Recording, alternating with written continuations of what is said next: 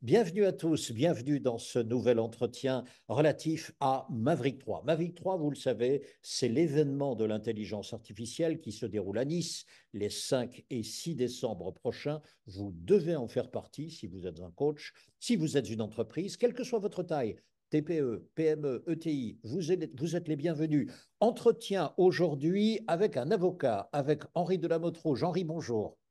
Bonjour Thierry.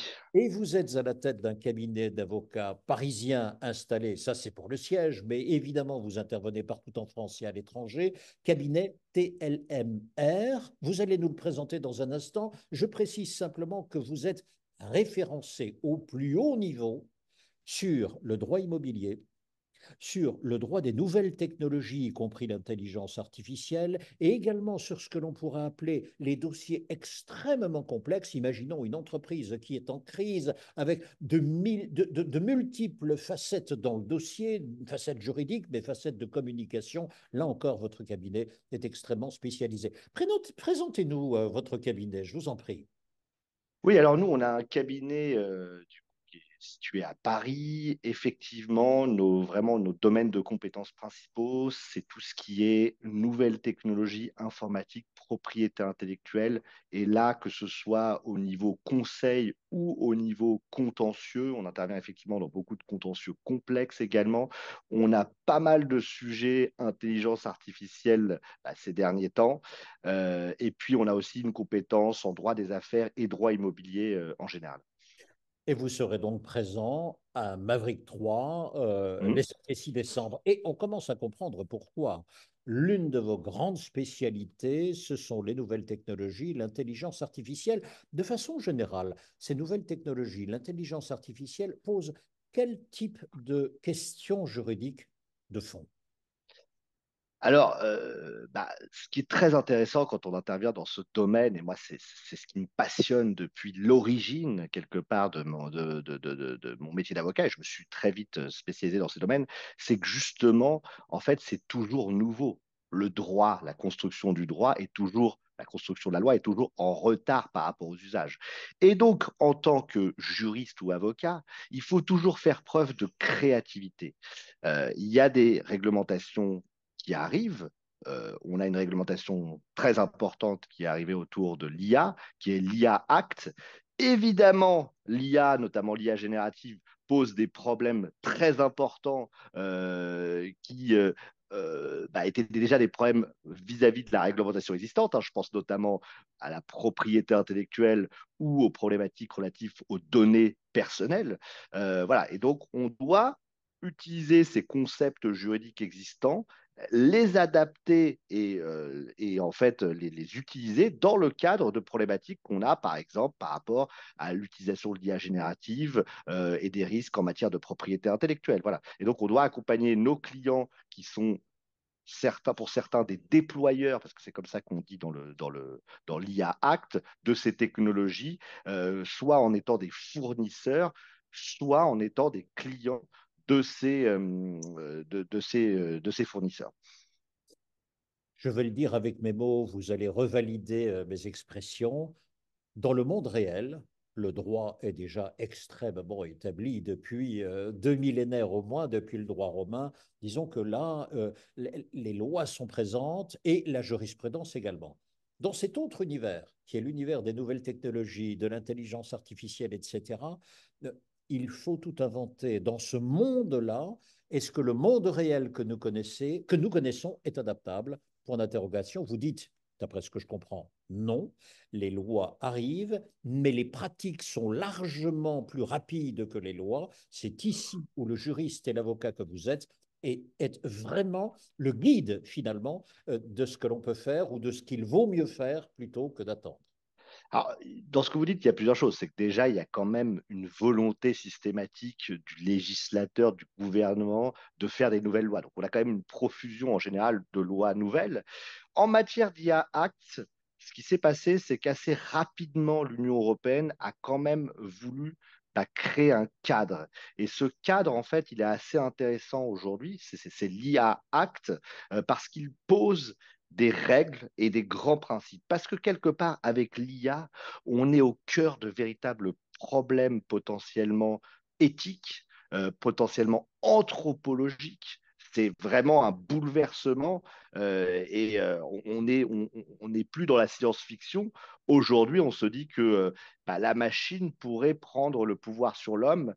C'est pour ça qu'en fait, la réglementation telle qu'elle a été construite, qui est parfois critiquée, moi je la trouve plutôt positive en fait, parce qu'elle fixe un cadre, elle fixe des grands principes avec ce qu'on ne peut pas tolérer et ce qui est considéré comme les IA à risque très élevé et donc qui vont être interdits, et puis au contraire des IA qui sont autorisés avec une granularité et finalement des obligations différentes en fonction du risque. Et c'est vraiment une approche par le risque, parce que effectivement, demain, si on a par exemple une IA pour faire de la notation sociale des personnes,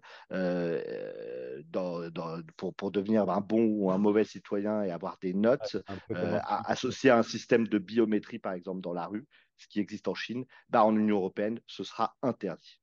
Hmm.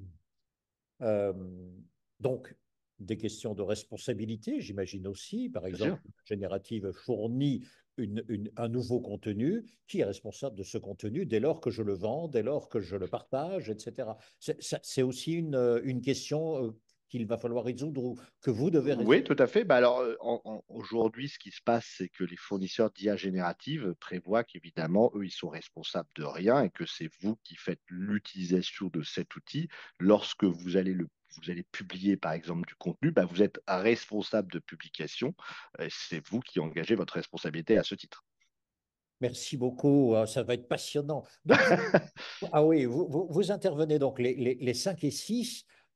C'est la première fois que vous allez pousser la porte de Maverick, vous aussi. Oui, oui, tout à Vous fait. êtes donc les bienvenus, mais dites-moi, Avec grand plaisir. lors de votre intervention, Henri, quels sont les grands points sur lesquels, a priori comme cela, vous estimez il va falloir vraiment informer le public de chefs d'entreprise, de coachs, de particuliers également, qui se trouveront en face de vous? Alors pour moi, lorsqu'on met en place un projet IA au sein d'une entreprise, il y a trois grands enjeux. Enjeu numéro un, le secret des affaires.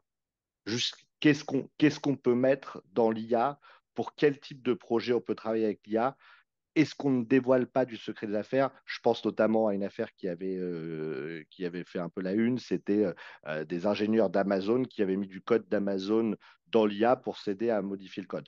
Mine de rien, quand on partage des informations avec l'IA, bah, ça nourrit l'IA et ça peut être du secret des affaires qu'on met dedans. Donc, comment déployer un projet d'IA et comment finalement éduquer ses salariés et les encadrer d'un point de vue juridique, notamment avec une charte informatique. Deuxième sujet, les données personnelles. Les données personnelles, évidemment, c'est nous-mêmes en tant qu'avocats, nous utilisons l'IA. C'est aussi ce qu'on va présenter, puisque je crois qu'on va faire aussi un atelier autour de ça à Maverick. Le Mais fameux évidemment, RGPD. oui, le fameux RGPD, nous, on est aussi soumis au secret professionnel.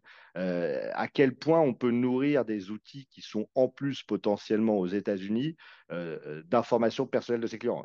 Moi, je pense qu'il faut toujours anonymiser son contenu avant de le mettre dans l'IA, et ça, c'est un beau réflexe à avoir et dont on parlera. Troisième sujet, c'est le sujet de la propriété intellectuelle. Là, c'est un vaste sujet extrêmement intéressant. On y verra par exemple que tout ce qui est contenu généré par l'IA ne peut pas être protégé par la propriété intellectuelle.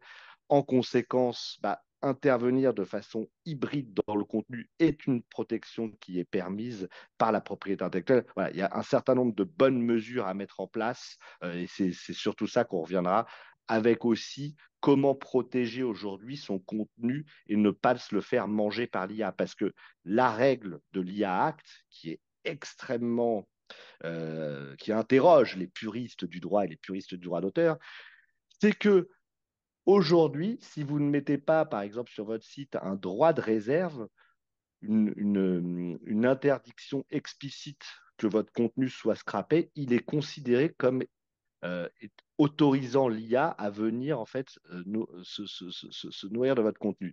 Or, c'est une inversion totale, puisque en principe, en droit d'auteur, et notamment en droit d'auteur français, mais même dans toutes les règles, là, il faut donner son autorisation expresse pour que son droit d'auteur puisse être utilisé. Mais là, il y a eu une petite inversion et c'est assez intéressant. Inversion de principe presque anglo-saxonne, on va dire. Non, non, non, même pas anglo-saxonne, Non, enfin, pas à ma euh, connaissance.